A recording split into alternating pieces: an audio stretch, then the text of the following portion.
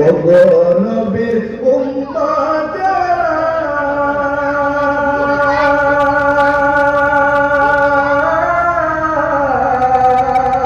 হইয়া দিশে হারা ওগো নবীর উম্মত হইয়া দিশে হারা কুরআন হাদিসের চলো যখন নামাজের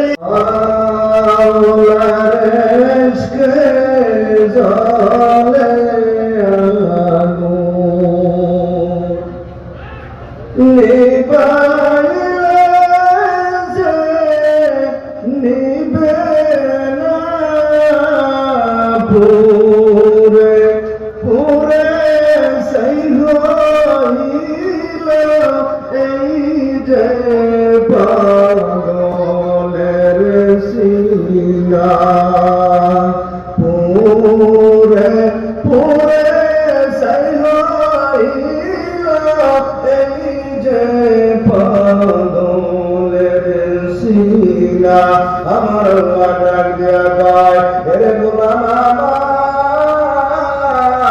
মাইকের আওয়াজ কি দরকার যায় নাই মেসেজটা কি আমি আল্লাহ ওলামায়ে কেরামের জবান দিয়া তোর কান পর্যন্ত পৌঁছাই নাই আমার মালিক ডাক দিয়া কয় ওরে গোলাম একটু চাইয়া দেখ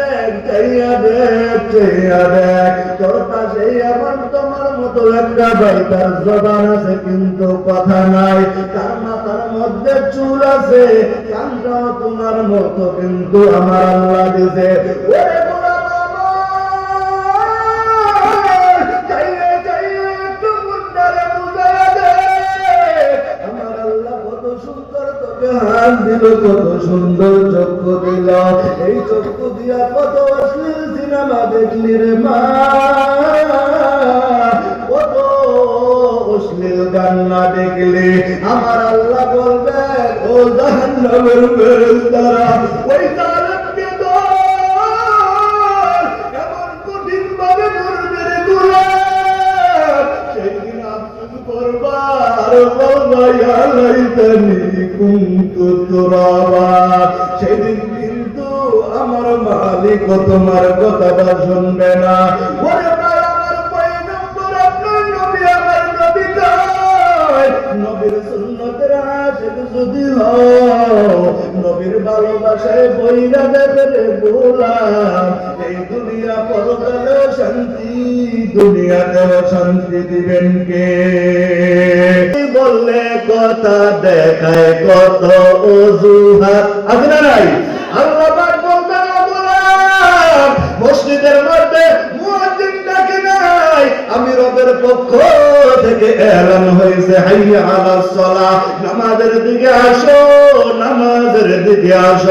কিন্তু যখন মসজিদের মধ্যে আযান হয় তুমি মসজিদের পাশে দিয়া দৌড়াইয়া যাও কিন্তু নামাজের কথা তোমার মনে আসে না যখন তোমার মা বাবা মৃত্যু শয্যায় যায় ডাক দিয়া কও ইমাম সাহেব হুজুর আমার মার জন্য দোয়া করেন তুমি দোয়া করতে কি পারো না ভাই হুজুর কি দিয়া দোয়া করব সেইটাও তো জানি না বান্দারে আল্লাহ মা তোমারে কম ডিগ্রি দেওয়ায় নাই বাবা তোমাকে লন্ডন পাঠাইছে লন্ডনের বড় ভার্সিটিতে পড়লা বাবা যখন মারা গেল জানাজার কাফন দাফন রেডি হয়ে যায় বাস্তব ঘটনা বলি ও মা তুমি তোমার সন্তানটাকে কোন শিক্ষায় শিক্ষিত করবা আমার কাছ থেকে মেসেজটা নাও সন্তান বড় লয়ার হইছে সন্তান বড় বিসিএস ক্যাডার হইছে কিন্তু বাবার জানাজার নামাজের দোয়া জানে না আছে না নাই কেমন সন্তান লাগবে যে সন্তানটা আমার কবরের সামনে দাঁড়াইবে দাঁড়াইয়া চোখের পানি পালাইয়া বলবে রব্বির হামহুমা কামা রব্বায়ানি সগীরা কিন্তু সন্তানটা যখন মা বাবার কবরের সামনে যায় দাঁড়ায় হাউমাউ কইরা কান্না করে ইমাম সাহেবকে খবর দেয় ইমাম সাহেব হুজুর একটু আসেন কই কেন কয় হুজুর আমি মার জন্য কোন ভাষায় দোয়া করব আমি জানি না। পরে সন্তানদের পায়ের উপর হাত রাখা বলিয়া যায়, আমার বাড়িও বেশি দূর না, তুইও আমি এলাকার, আমিও তোর এলাকার। আমার বাড়ি কালীনগর, তোমার বাড়ি হয়েছে বেক্কা।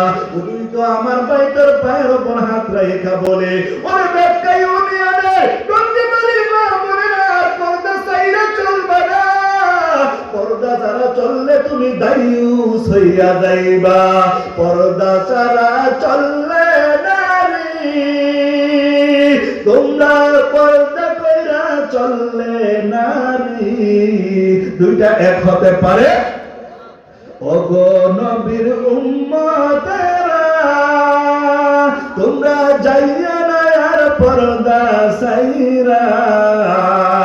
সুপারিশ করবেন না নবী দায়ুস হইলে, সাবধানে তাকিও নারী পর্দার আড়ালে। মহিলারা আবার কইব হুজুর আর কোন ওয়াজ নাই, পর্দার ওয়াজ কেন করেন? ওরে বাবা আর নবী আমার মেয়েরাদের রাত্রে যায়, জান্নাতের দিকে তাকায়, জাহান্নামের দিকেও তাকায়। মায়ের নবী মেয়েরাদের মধ্যে দেখা ঈশা কয় ও খাদিজা আমার জাহান্নামটা আমার আল্লাহ মহিলাদের 90% দিয়া পড়ছে। কয় কেন পয়গম্বর আমার, আমরা কি স্বামীর খেদমত করি না? কয় স্বামীর খেদমত করো ঠিকই, স্বামী বিদেশ থেকে টাকা পাঠায় আর এক বেটার লগে টাঙ্কি মারে আছে না নাই? এরে মা তোর পায়ের উপর হাত রেখে বলে যায়, প্রত্যেকটা মেসেজটা যদি তোমার স্বামীর লগে করতা, কথা কইলেও সব হইতো, কিন্তু পরপুরুষের সাথে মেসেজে কথা বললে সব হবে না, গুনাহ হবে, কবিরা গুনাহ হবে, জিনার গুনাহ হবে, জিনার গুনাহ হবে। আমি তোমার পায়ের উপর হাত রেখে বলে যাই, পয়গম্বর আমার আয়েশা বলে ও খাদিজা আমার জাহান্নামটা আল্লাহ অধিকাংশ মহিলাদেরকে দিয়া বলল। আম্মা জান খাদিজা রাদিয়াল্লাহু তাআলা আনহা বলে ও পয়গম্বর কেন জাহান্নামে এত মহিলা যাওয়ার কারণ কি? এক নম্বর কারণ হইল মহিলারা বেশি বেশি স্বামীর উপর লানত করে। কয় তোমার ঘরে আসলাম, জীবনে কুত্তা বালা জামা কাপড় পাই নাই, এমন মহিলা আছে না নাই? আমার ডাক দিয়ে আমি আমার মা, ও মা তুমিও রাবিয়া বসরির মতো একজন মহিলা, তুমিও আব্দুল কাদের জিলানীর মা, তুমিও খাদিজাতুল কুবরার মতো একজন মহিলা, তুমিও তো বাইজিদ বুস্তাবির মা, তুমি কেন পারবা না? নবীর স্ত্রীরা যদি পারে, ওরে মা আমি বলবো তুমিও পারবা। একটু চেষ্টা কইরা দেখো, মনটারে আজকে বুঝাইয়া দেখো, স্বামী যখন বিদেশে যায় তোমাকে ঘরের মধ্যে আমানত রাইখা যায়, সন্তানগুলাকে মানুষ করবা, ঘর থেকে বের হইবা না, কিন্তু বিবি আমার স্বামীর সাথে যোগাযোগ করে না, স্বামীর কাছ থেকে টাকাটা গুছায়া গুছায়া আরেক পুরুষের সাথে চলে যায়, আছে না নাই? এই মাত্র মোবাইলে খাইছে, কিসে খাইছে? জমানা মোবাইলে খাইছে, জমানা মোবাইলে খাইছে, অল্প বয়সের ছেলে মেয়ে প্রেমে জড়াইছে, জমানা কিসে খাইছে?